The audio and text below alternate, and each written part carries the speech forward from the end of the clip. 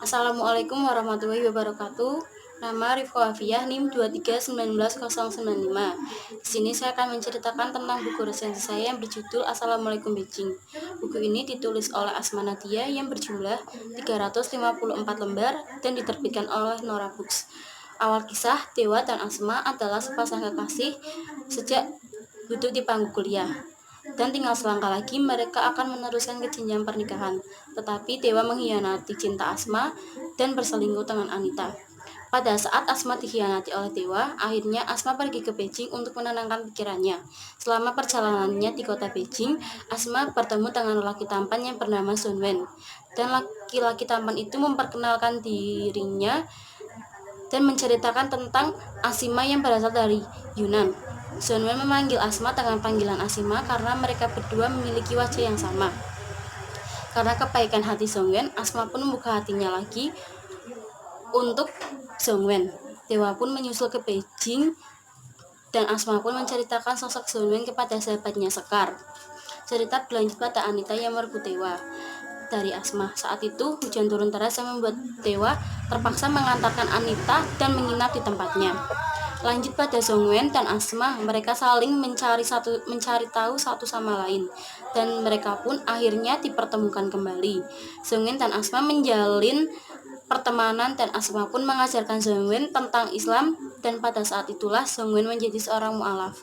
Tetapi menurut Ridwan tidak mudah menjadikan seorang mu'alaf karena pasti banyak cobaan dan rintangan, apalagi dari keluarga Sun Wen yang menentang untuk menjadi seorang mu'alaf.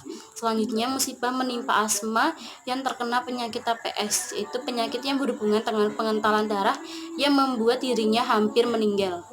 Dan penyakit yang dideritanya juga membuat dia tidak bisa memiliki keturunan karena terjadi kelainan jantung.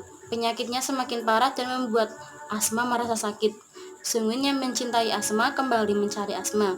Sun Wen tidak tahu bahwa Asma telah pulang ke Indonesia dan terkena penyakit TPS. Setelah Sun Wen mengetahuinya, dia langsung terbang ke Indonesia dan bertemu Asma. Sementara itu Dewa dan Anita sudah hidup bahagia dan memiliki anak. Tetapi Dewa tidak bisa mencintai Anita karena cintanya hanya untuk Asma.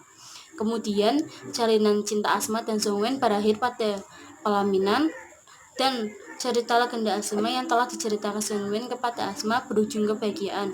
Mereka berdua yakin usia pernikahan yang baru berapa tahun ini pasti memiliki cinta sejati.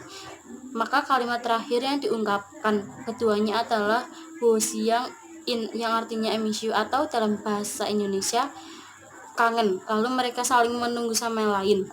Menurut saya, kelebihan dari novel ini adalah membuat para pembaca merasakan alur ceritanya dan memahami inti ceritanya.